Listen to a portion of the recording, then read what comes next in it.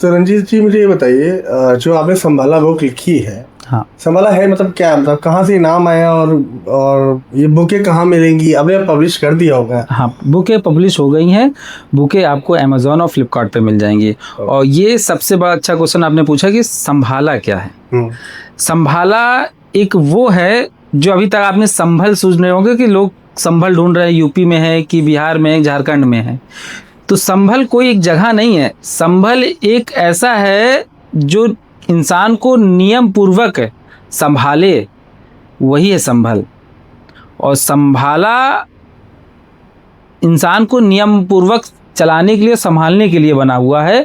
और ये कोई एक जगह नहीं है, ये मनुष्य के ब्रेन के अंदर वो स्थिति है जो पूरे मनुष्य को संभाल सकती है नियम पूर्वक। तो संभाला का मेन मतलब है कि हमें नियम पूर्वक संभाल सके, वही है संभाला। तो जैसे कि हम देख रहे हैं आपकी दूसरी बुक है संभाला विजुअल। ये पहली बुक हमारी संभाला विजुअल। हाँ, तो ये पहली बुक। तो इसमें जो जो चीज़ें लिखी हुई हैं, जो जो जो जिन बातों का इसमें संदर्भ पूरा विस्तार दिया गया है, मोटिव क्या है? ये मोटिव ये है कि हमें जितने भी हमारे भगवान से जो सबसे प्रथम थे, हम अभी धरती की बात नहीं कर रहे। संभाला विजुअल का है कि धरती से मतलब नहीं है। धरती हमारी तो एक न्यूरॉन्स और सेल पे आ जाती है। हम उस ब्रेन यूनिवर्स, पूरे यूनिवर्स को लेके जब चलते हैं, जैसे ब्रह्मा विष्णु महेश की कथाओं आपने सुना होगा शिव पुराण और विष्णु पुराण में, तो उसको साइंस के हिसाब से समझाने के लिए संभाला विजुअल है हमारी, उसको डिटेल के। उसके बाद आया धर्म हमारा। हाँ। जब धर्म धरती पे आने लगे तो धर्म बटे। आपकी दूसरी बुक है संभाला सनातन। हाँ। तो इस सनातन बुक में सभी धर्मों को, सनातन के 30 नियम को, हिंदू धर्म के 30 नियम है, जितने भी मुस्लिम धर्म है, सिख धर्म है, ईसाई धर्म है, सभी धर्मों को साइंस के हिसाब से समझाने के लिए इस बुक को लिखा। मुझे समझ में नहीं आ रहा है कि हम अपनी पुराणों की बातें माने, क्योंकि हम लोग उसी से ही अटैच्ड हैं। हाँ, महाभारत, गीता, जितनी भी लिखी गई है, क्या ये सब भगवान ने लिखी है या फिर इंसानों ने लिखी है? जो भी हम लोग सुनते चले आ रहे हैं, हम उन बातों पर विश्वास करें या फिर आप जो साइंस के थ्रू बता रहे हैं उन पर विश्वास करें? देखिए, आप किसी भी बुक पे, पुरानी कथाओं पे जाते हैं, सपोज करिए रामायण या महाभारत हम जाते हैं, ठीक है, तो रामायण के समय लिखने वाले जो थे वो हर एक पॉइंट पे मौजूद नहीं थे। जब वनवास में सीता थी, लंका में जब सीता थी, हनुमान जी लंका गए, फिर उसके बाद जब लक्ष्मण जी को शक्ति लगी तो उन्होंने पर्वत को उठा के लाया, और पर्वत उठाते समय समुंदर के बीच में जब गए, वो जहां उन्होंने विश्राम किया, फिर राक्षसी मिली, तो वो सारी कथा को साक्षात कोई देखने वाला उसमें नहीं था, लेकिन वो कथा को लिखी गई है ना। अभी इस समय इतनी टेक्नोलॉजी विकास कर चुकी है, लेकिन आप अभी अपने घर में बता सकते हैं कि दिन में क्या हुआ था? नहीं हुआ था। लेकिन इस सारी कथाओं को ऋषि मुनि हमारे इतने विद्वान और ज्ञानी थे कि उन्होंने अपने ब्रेन के अंदर झांका।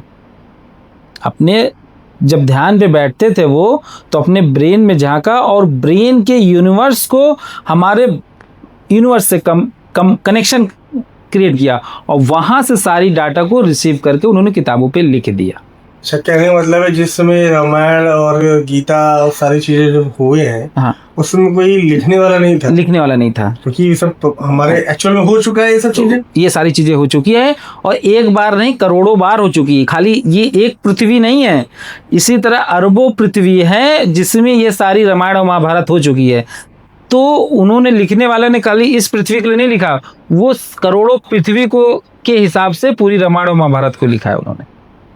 ओके। और जब जिस समय वो हो रहा था ये अपना ये महाभारत और रामायण और क्या कहते हैं आपका कई हमारे घटनाएं, युद्ध हो रहे थे, हाँ। तो उस समय का मोमेंट जो लिखने वाले हमारे जिन्होंने किताबें सारी लिखी हैं, हाँ, उनको कैसे पता चला कि वहाँ पे ये चीजें, रामायण हुई थी, राम जी का जन्म हुआ था, या कृष्ण लीला इस तरह हुई थी, या किसी ने गीता को? जैसे आप सपोज करिए, अब हम आपको टेक्नोलॉजी के साथ समझाते हैं। आपका मोबाइल है, ठीक, आपके मोबाइल में कितना डाटा होगा? क्या इस मोबाइल में अमेरिका में जो लड़ाई हो रही है उसका डाटा है? नहीं है ना। लेकिन अगर अभी न्यूज़ देखना चाहते हैं तो क्या उसमें सर्च करेंगे तो वहाँ की न्यूज़ आपको मिल जाएगी। तो यही टेक्नोलॉजी हमारे ब्रेन के साथ भी है, लेकिन उस टेक्नोलॉजी को हम भूल चुके हैं।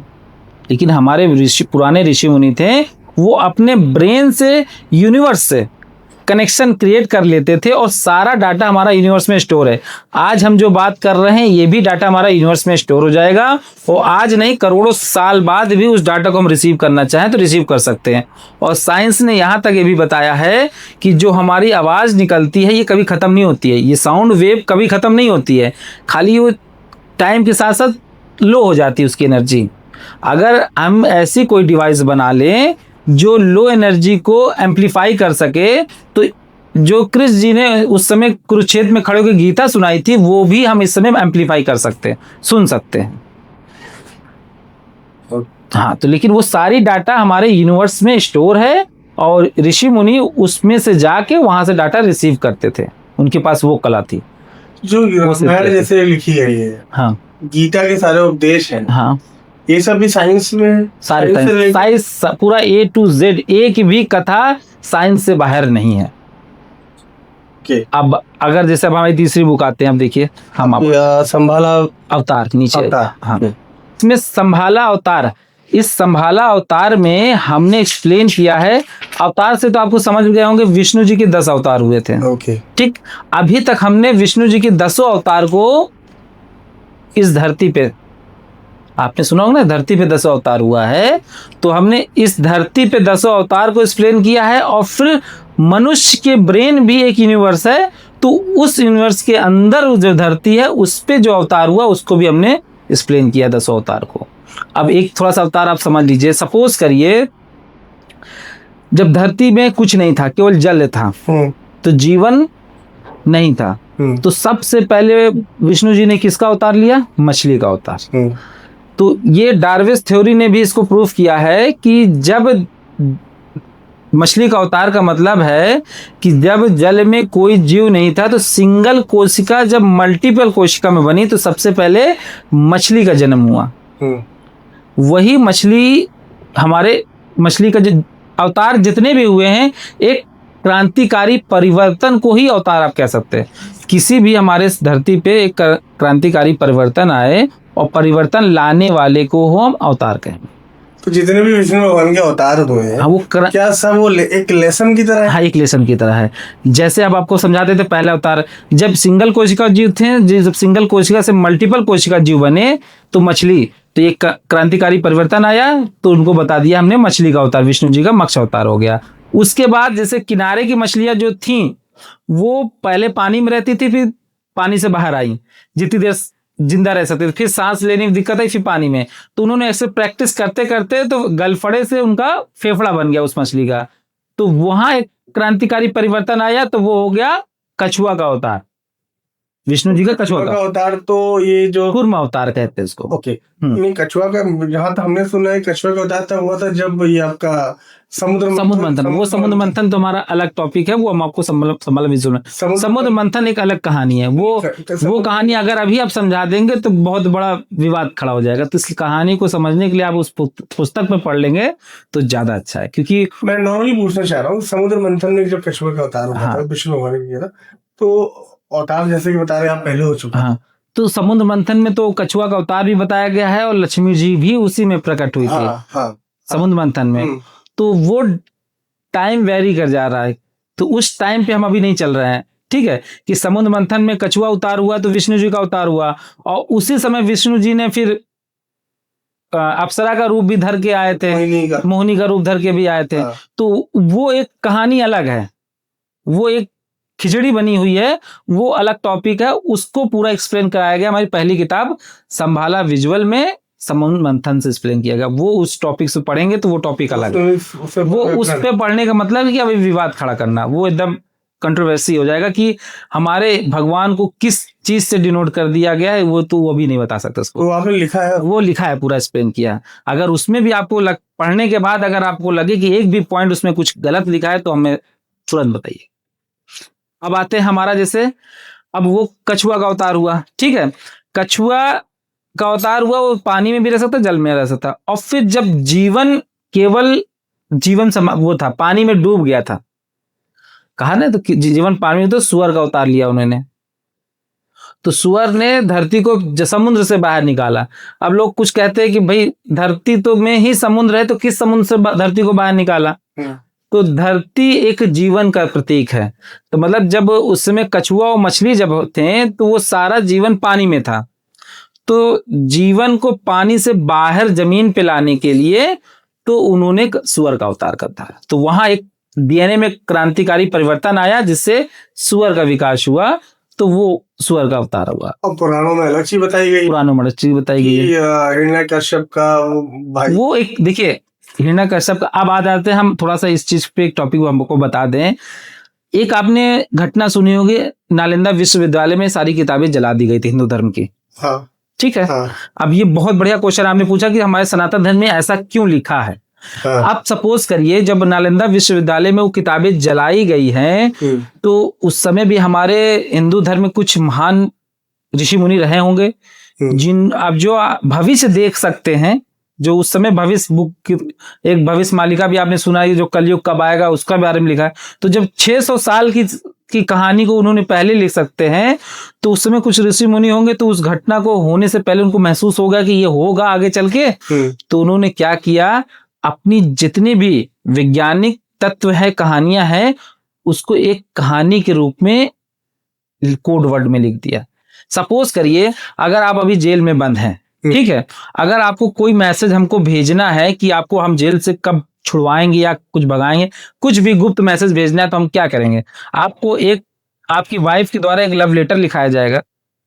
लव लेटर में कुछ ऐसा घुमा के लिखें कि ताकि आप केवल समझ सके, बाकी ना समझ पाए, क्योंकि आप लेटर पढ़ने से पहले जेलर उसको चेक करेगा कि लेटर में लिखा क्या है। वो पूरी लेटर को पढ़ेगा फिर आपको प्रोवाइड कराएगा। तो हमें वो भी देखना है कि वो जेलर को ना समझ में आए और लेकिन आप समझ सकें। तो इसलिए हमारे ऋषि मुनि जो थे, सनातन धर्म की जो सच्चाई थी उसको एक ऐसी कथा में बना के लिखा है कि एक सच्चा सनातनी है उसको डिकोड कर सके। बाकी बीच में जितने आए, अंग्रेज आए चाहे मुस्लिम आए चाहे जितने भी विरोधी आए, उस कथा को पढ़ने के बाद उनके पल्ले ना पड़े वो। तो इसीलिए हमारी ये जो किताबें बची रह गई, जो हिंदू धर्म की वेद पुराण और जितने महाभारत गीता है, वो जो जिसमें रियलिटी लिखी थी वो क्या कहते हैं, नालंदा विश्वविद्यालय में जला दी गई, और जो ऐसी कहानी के रूप में लिखी थी वो हमको आज प्रोवाइड करा दी गई है, ताकि अब वक्त आ गया है उसको डिकोड करने का, और उसी को हमने डिकोड किया है। और कुछ जैसे लोग कहते हैं कि कलयुग आने वाला है, सतयुग था, सारा चीजें। हाँ। तो जितने युग थे उनमें और कलयुग में क्या मतलब क्या अंतर है, या कलयुग जाने वाला है, क्या है मतलब? देखिए अभी तक जितने भी सतयुग, त्रेता युग, द्वापर युग और कलयुग, 4 युग होते हैं, ठीक है। 4 युगों में से सबसे स्पीड आप कह सकते हैं, सबसे तेज और सबसे विकास वाला युग जो है हमारा कलयुग है। इस अगर आप देखिए विकास वाला युग कह सकते हैं, विकास में आपको शांति नहीं मिलेगी। आप अगर जब आपको कहीं पहुंचना हुआ बाइक से या कार से, तो अगर आप 150 की स्पीड से चलेंगे तो आपके माइंड शांत नहीं रहेगा, आप उसमें केवल स्पीड पे फोकस करेंगे, उसमें आप जल्दी में रहेंगे, तो इसमें आपका दिमाग शांत रहेगा। उसी तरह कलयुग जो है एक विकास वाला युग है। तो विकास, जैसे आप एक घर बना रहे होंगे, तो जब घर बनाते हैं तो उस समय बढ़ई भी आ रहा है, कारपेंटर भी आ रहा है, प्लस आपका वो भी पेंटर भी आ रहा है, प्लस राजगीर भी आ रहा है, वेल्डिंग वाला भी आ रहा है, सब इलेक्ट्रिशियन भी आ रहे हैं। तो उस समय घर में बहुत भीड़ हो जाती है, बहुत चहल पहल, बहुत भगदड़ सी रहती है। लेकिन जब वो घर बन जाता है और जब उसमें फिर बाद में वो एक शांतिपूर्वक हो जाता है। शांति आने से पहले कलयुग एक विकास वाला युग है, क्योंकि अब जो शांति वाला युग आने वाला है सतयुग, जो सर्वश्रेष्ठ युग माना जाएगा, जिसमें सब कुछ होगा, शांति भी हो गई, ज्ञान भी होगा और टेक्नोलॉजी भी होगा, वो सतयुग आने। कलयुग को इतना बदनाम क्यों किया? कलयुग चल रहा है, कलयुग चल रहा है, कोई भी पाप होता है, कहीं भी कुछ मिसहैपनिंग होती है तो कहते हैं कलयुग चल रहा है। भैया कलयुग नहीं, कलयुग चल रहा है, उसको बदनाम किया जा रहा है कि समझ से परे है। समझ से परे? हाँ, क्योंकि ये युग, ये बात मुझे फिर से बताइए, समझ के परे क्या मतलब? आप किस चीज को आप कहते हैं गलत चल रहा, चाहिए बताइए। कुछ भी, कोई भी टॉपिक। अभी आप अगर छोटा बच्चा बड़े से बदतमीजी बात कर ले, या अभी छोटे बच्चा किसी को गलत नजर से देखे, हाँ, चोरी से मारी गए, नशे करे, तो लोग कहते हैं कलयुग चल रहा है। कलयुग। लेकिन वो जैसे आप सपोज करिए, जैसे अब आप किसी का मर्डर करते हैं तो वो गलत है, हाँ आपने किसी का मर्डर किया गलत है, लेकिन वही मर्डर आप बॉर्डर पे कोई करता है तो वो उसको इनाम दिया जाता है। तो केवल इस टाइम और सिचुएशन पे डिपेंड करता है कि आपका कार्य कैसा है। अगर किसी एक बच्चे ने बड़े से ऊंची आवाज में बात किया तो गलत है कंडीशन पे, लेकिन अगर उस बच्चे ने सही चीज के लिए ऊंची आवाज में बात किया तो वो सही है, कंडीशन पर डिपेंड करता है। कुछ नादान लोग हैं जो इस चीजों को, जो कलयुग में है, तो देखिए जब एक अच्छा चीज होता है, जैसे कोई फल है तो पेड़ में बहुत अच्छे आम फल रहे हैं तो कुछ सड़े आम भी होंगे उसमें, तो हम पूरे पेड़ को खराब तो नहीं कह सकते ना, पूरे आम के पेड़ को हम खराब नहीं कर सकते। तो पूरा कलयुग खराब नहीं है, उसमें कुछ लोग हैं जो खराब है, जो गलत संगत में गलत लोगों के साथ मिलने की वजह से खराब हो चुके हैं। क्या आप भी धर्म गुरु बनना चाहते हैं क्या? नहीं, धर्म गुरु नहीं बनना चाहते हम, सिर्फ अपने, क्योंकि ये धरती जो है परिवर्तन की ओर जा रही है, ये धरती कलयुग से सतयुग की ओर जाने के लिए तैयार है। अगर उसमें हम परिवर्तन नहीं लाते हैं तो जब धरती परिवर्तन पे ला लेगी तो हमें बहुत ज्यादा कष्ट हो जाएगा। तो कलयुग तो कल की जब अवतार आएगा तब खत्म होगा ना? तो कल की अवतार हो चुका है। आप क्या बोल रहे हैं? कल की अवतार हो चुका है? मजाक, मतलब कल की अवतार अभी तो वो लोग जैसे पुराणों में बताया गया है कि भगवान का जन्म लेगा और आपके जितने चिरंजीवी हैं सब साथ में रहेंगे, तब युद्ध होगा, उसके बाद खत्म, जो हम लोग सुनते चले आ रहे हैं। वैसे तो कल की अवतार हो चुका है? कल की अवतार हो चुका है और कल की ने अपना युद्ध स्टार्ट भी कर दिया, अपना कार्य। लैंग्वेज से बात आ रहे हैं मेरे को, आप चाहे साइंस की लैंग्वेज से समझ लीजिए चाहे सनातन की लैंग्वेज से, दोनों लैंग्वेज। आप मुझे सनातन की तरफ बताइए पहले। सनातन धर्म में आपने क्या सुना है? कल की आएंगे सफेद घोड़े पे सवार होके, हाँ। ठीक है, 7 चिरंजीवी के साथ आएंगे, तलवार लेके आएंगे, 64 कलाओं से युक्त होंगे। राम जी 14 कलाओं से आए, कृष्ण जी 16 कलाओं से आए, कल की भगवान 64 कलाओं से युक्त होके आए। बस, इसके अलावा और कुछ है नहीं। और वो जब आएंगे तो वो कलयुग को सतयुग की ओर ले जाएंगे, मतलब कली का वध करके सतयुग की स्थापना करेंगे, यही है। हाँ। ये सनातन में लिखा है। ठीक, अब आते हैं हम इसको विज्ञान। मुझे कली, और आपने बोला ना कि सनातन के अकॉर्डिंग कल की अवतार हो चुका है। सनातन नहीं, हाँ, हमारे अकॉर्डिंग नहीं, आपने मेरे विज्ञान के अकॉर्डिंग हो गया। नहीं, सनातन के हिसाब से होता है। सनातन के हिसाब से भी हुआ कि नहीं हुआ? सनातन के हिसाब से भी हो गया, सनातन के हिसाब से भी हो गया और विज्ञान के हिसाब से भी हो गया, दोनों से। तो सनातन के हिसाब से कल की अवतार कौन है, कहाँ पे है? नहीं, कल की अवतार, अब ये बहुत बड़ा क्वेश्चन है आपकी, कल की अवतार कौन है? हाँ। ठीक, ये सबको बहुत बड़ा डाउट है कि कोई अवतार है जो कल की है। हाँ। अच्छा, आपसे 2 क्वेश्चन पूछते हैं।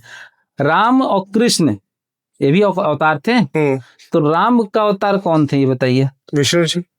नहीं, वो तो विष्णु जी का अवतार राम थे। हाँ। तो राम जी थे कौन और कृष्ण जी थे कौन?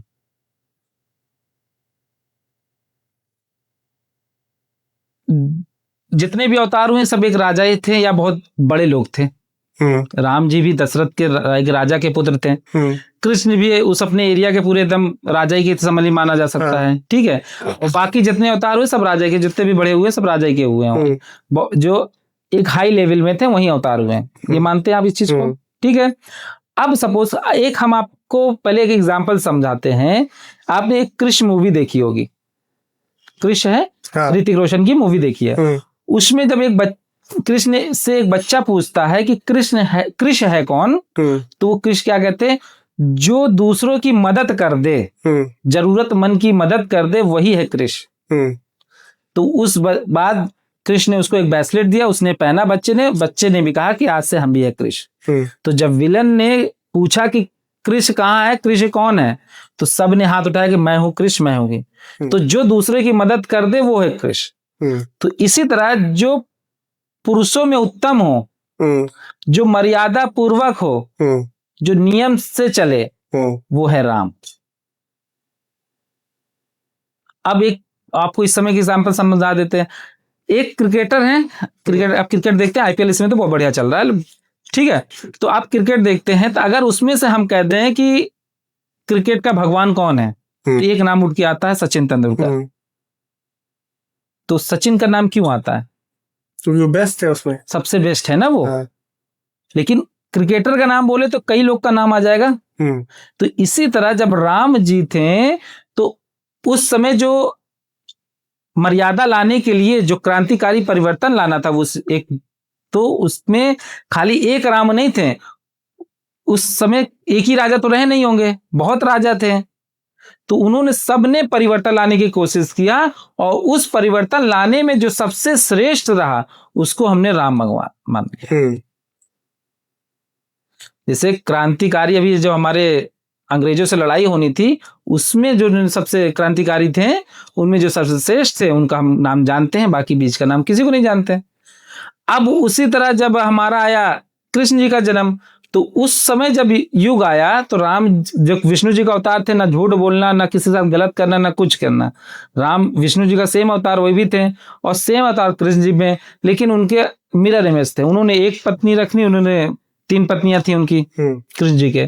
तो आप यहाँ भी बता सकते हैं कि जब एक ही अवतार है तो बदल क्यों गए वो नेचर उनका? तो वो नेचर हमारा बदला इसलिए क्योंकि उस समय उसको जरूरत थी, उस क्रांतिकारी परिवर्तन के लिए वो जरूरत था वो, तो इसलिए उसको बदलना पड़ा। तो उसमें कृष्ण एक नहीं थे, वो जितने परिवर्तन ला सके थे सब कृष्ण थे और उसमें से जो सबसे हुआ वो हो गए हमारे कृष्ण। इसी तरह कल्कि वो एक इंसान नहीं जो कल्कि है, वो हर एक इंसान कल्कि है जो कलयुग को सतयुग के ले जाने की इच्छा रखे। बस आप भी कल्कि हो सकते। साइंस के अकॉर्डिंग कल की अवतार हो चुका, साइंस सनातन की हिसाब से हो चुका है कल, साइंस के हिसाब से। अब साइंस के हिसाब से आपको कल की अवतार हम समझा देते हैं। तो आते हैं कि जो कल्कि के साथ आएंगे 7 चिरंजीवी। 7 चिरंजीवी में सबसे मेन है हनुमान जी, जो सभी युगों में थे, जो अमर है। तो आपने कभी हनुमान जी के दर्शन किए हैं?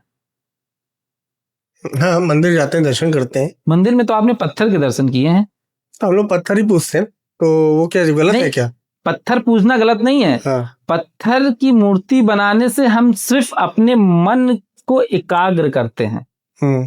हम जैसे मन हमारा भटका हुआ है तो एक जगह पे कंसंट्रेट हो सके, इसलिए हमको मूर्ति रखनी पड़ती है। तो वो एक प्रतीक है, जो मूर्ति है वो हमारे हनुमान जी की। लेकिन हनुमान जी चिरंजीवी हैं, वो इस समय भी जीवित हैं और पिछले कई हजारों साल तक जीवित हैं और आगे भी कई हजारों साल तक पढ़ा है। ये तो पढ़ा है तो अब हनुमान जी को हम आप आज दर्शन करा देते हैं। फिर हम हनुमान जी की आज, ये तो आप मजाक की बात कर रहे हैं, ऐसे कैसे दर्शन हो जाएंगे बजरंगबली के हमारे? ये तो मतलब बड़े बड़े ऋषि मुनि दर्शन करने में सालों लग जाते हैं। नहीं, ऋषि मुनि साइंस की टेक्नोलॉजी से बता रहे हैं कि सनातन की? दोनों की टेक्नोलॉजी से हम देखिए, साइंस और विज्ञान, अरे सनातन और विज्ञान अलग नहीं है। सनातन का अगर विधि पूर्वक ज्ञान आप करेंगे तो विज्ञान आ जाएगा आपका खत्म। तो दोनों अलग पहलू, आप 2 पहलू ना मानिए। आप जैसे क्रीम और दूध को अलग कर रहे हैं, दूध में ही तो क्रीम है, खाली उसको फेंटेंगे तब जाके क्रीम ऊपर आ जाएगी। तो इसीलिए सनातन और विज्ञान अलग है ही नहीं है, सनातन ही है जो सब कुछ है। अब सनातन में से आप छांट लीजिए, छन्नी से छांटिए, उसमें से आपको विज्ञान निकल आएगा। 7 चिरंजीवी कौन है? 7 चिरंजीवी के पढ़ा है वो। हाँ, जितने भी नाम है, जैसे आपके हो गए हनुमान जी हो गए, ठीक है, और रावण का भाई हो गया विभीषण हो गए, और आपके हैं क्या कहते हैं, नाम देखना पड़ेगा, थोड़ा सा नाम कंफ्यूजन में है। एक है आपके अश्वत्थामा भी हैं, ठीक है, इस तरह बाकी 6 भी हैं, 6 के नाम थोड़ा सा कंफ्यूज में है। तो 7 चिरंजीवी हैं, जो मेन आपके हनुमान जी है। अब आप हनुमान जी के हम आपको बताते हैं। आप पहले हमें हनुमान जी की काबिलियत और उनके एक्सप्लेनेशन जो आपने अभी तक सुना है, जो हमारे ऋषि मुनि ने कोडवर्ड में लिखा है, ताकि एक ऐसा जेलर बैठा है जो उसको आगे पास करा सके। अगर हनुमान जी की कथा लिखी गई है तो एक उसको डिस्ट्रॉय करने के लिए नालंदा विश्वविद्यालय में जलाने के लिए बैठे हैं लोग। अगर उसको पार करा के हमारे पास आ जाए तो ऐसे कोडवर्ड में कहानी लिखी होगी तभी तो आ जाएगी। तो उस कहानी को हम आप एक्सप्लेन करिए, जैसे हम आपके मदद कर देते हैं। हनुमान जी क्या थे? पवन पुत्र। ठीक, हनुमान जी एक सूक्ष्म भी हो सकते थे, बहुत विशाल भी हो सकते थे। ठीक है। हनुमान जी ने ज्ञान प्राप्त किया सूर्य के साथ, उनकी स्पीड के साथ चक्कर लगाती हुई, मतलब हनुमान जी ने सूर्य के साथ स्पीड लगाई, तब जाके उनकी ज्ञान प्राप्ति हुई। और हनुमान जी ने सूर्य की पुत्री से शादी की। हनुमान जी तो बाल ब्रह्मचारी थे। बाल ब्रह्मचारी थे, लेकिन सूर्य भगवान का एक शर्त है कि आपको हम ज्ञान तभी देंगे जब आप शादीशुदा होंगे। तो अब वहां तो अब कोई स्त्री मिलेगी नहीं, तो उन्होंने सूर्य जी ने कहा कि हम अपने पुत्री से शादी कर लेंगे। ठीक है, ये लंबी कहानी है, वो आपके लिए, हम अब जो पॉइंट पे वहां पे आते हैं। ठीक है, और क्या है, हनुमान जी जो थे राम के दूत थे। राम का दूत समझ रहे हैं? हाँ, मैसेंजर, एक ट्रांसपोर्टर। उन्होंने पहाड़ उठा के लाया, जब जी राम लक्ष्मण जी को लेके जा रहे हैं कंधे पे लेके, ठीक है, सीता जी को संदेश पहुंचाना, यही सारी चीजें हैं। और हनुमान जी ने सूरज खा गए थे, ये भी एक कथा सुना होगा। अब कुछ जो आजकल के हमारे साइंस के स्टूडेंट्स है, जिनको ना साइंस पता है ना सनातन पता है, थोड़ा सा विज्ञान को पढ़ लिया तो अपने आप को बहुत विद्वान समझने लगे। तो उन सबसे बड़ा क्वेश्चन ये उठाते हैं, जब हनुमान जी ने सूरज को निगल गए तो सूरज का आकार पृथ्वी से बड़ा है, मानते हैं आप? उनकी बात भी सही है भाई, जब पृथ्वी से बड़ा सूरज को खा सकते हैं तो 4 मील समुंदर पे हाथ रख देते तो सेना ऐसे ही पार हो जाती। तो काहे बेचारे बानर को परेशान किया पत्थर ढो ढो के पुल बनाने के लिए। तो अब हमारे यहाँ पे हमारे जो गुरु हैं वो चुप हो जाते हैं, और वहां पे हमारे जो थोड़े से विज्ञान को पढ़े वाले स्टूडेंट्स होते हैं उछलने लगते हैं कि ये लो सनातन शांत हो गया। तो लॉजिक क्वेश्चन है ना कि भाई बजरंगबली तो ताकत थे ही, बहुत ताकत थे, उन्होंने पुल क्यों नहीं बनाया? अब हम जो समझाएंगे उससे आप खुद ही आंसर दे देंगे क्यों नहीं बनाया। बताइए। अब देखिए, और हनुमान जी को आप हमेशा रेड कलर में देखते हैं, ठीक। अब अगर साइंस से समझें तो सन की लाइट जो होती है, अगर उसको आप प्रिज्म के सामने रखते हैं, पास कराते हैं, तो लाइट जो है 7 कलर में डिवाइड हो जाती है। क्लियर है? जिसको विबजोर कहते हैं। एक इंद्रधनुष भी बनता है, जब बादल में पानी रहता है तो उससे जो वो होता है लाइट पास होती है तो एक इंद्रधनुष का धारण कर लेता है, और जब पानी की बूंदें भी गिरती है तो उसमें भी आपको इंद्रधनुष दिखाई देता है। तो इसका मतलब है कि लाइट में 7 रंग हैं। 7 रंग में सबसे पावरफुल और जिसकी वेवलेंथ सबसे ज्यादा है वो है रेड। हाई वेवलेंथ की वजह से है उसको सिग्नल में यूज किया जाता है कि वो दूर तक दिखाई देता है, दूर तक जाता है। तो जो रेड कलर है वो है हनुमान जी। जो सूरज में सबसे ज्यादा पावरफुल रेड कलर है वो है हनुमान जी। अब हनुमान जी के जो हमारी सनातन की कोडवर्ड में कथाएं लिखी थी, अब उससे हम एक एक कंपेयर करते हैं। हनुमान जी ने सूरज से ज्ञान प्राप्त किया, ठीक है, वो सूरज के साथ ही है, उनके प्रकाश में विद्वान है तो उन्हीं से ज्ञान मिला। उनकी पुत्री से विवाह किया, वो भी पॉसिबल है, जब उन्हीं के साथ मिले, जब उनके साथ विद्वान है, सूरज से ही निकल रहे हैं, तो वो भी उस कथा को भी हम मान सकते हैं कि उनकी पुत्री के साथ विवाह किया। उसके बाद हनुमान जी छोटे भी हो सकते हैं, बड़े भी हो सकते हैं। सूरज का प्रकाश घर में एक छोटा छेद रहेगा तो छोटा भी आ जाएगा, और पूरी पृथ्वी पे पूरे ब्रह्मांड में फैल रहा है, तो आकार की कोई सीमा ही नहीं है, ठीक है। उसके बाद आते हैं, हनुमान जी ने सूरज को निगल ले गए थे। तो जब आप सपोज करिए, जब सूरज डूबता है शाम के समय तो पूरा लाल हो जाता है, एकदम लाल। तो उस समय को और उस घटना को हमारे ऋषि मुनि ने एक कथा के रूप में लिखा कि जब वो सूरज डूब रहा था तो हनुमान जी ने मुंह में सूरज को निगल ले गए, क्योंकि वो पूरा लाल हो गया। तो आप सपोज करिए, जब सूरज डूब रहा तो ऐसा नहीं लग रहा कि हनुमान जी के मुंह में जा रहा, वो रोज होता है, रोज होता है। और जब वो सूरज निकलते हैं तो हनुमान जी के मुंह से सूरज निकला। तो इस घटना को उन्होंने हनुमान जी के ऊपर एक कथा लिख दी।